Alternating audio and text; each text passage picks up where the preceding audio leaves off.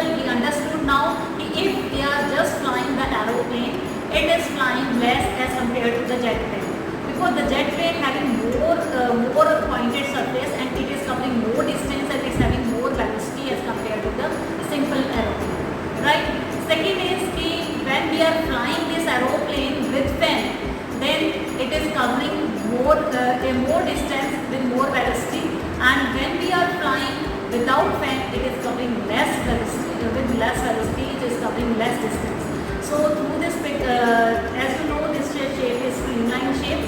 So through this practical we understood how with air pressure the aeroplane covering more distance as compared to without air, without fan. Thank you so much. Have a wonderful day.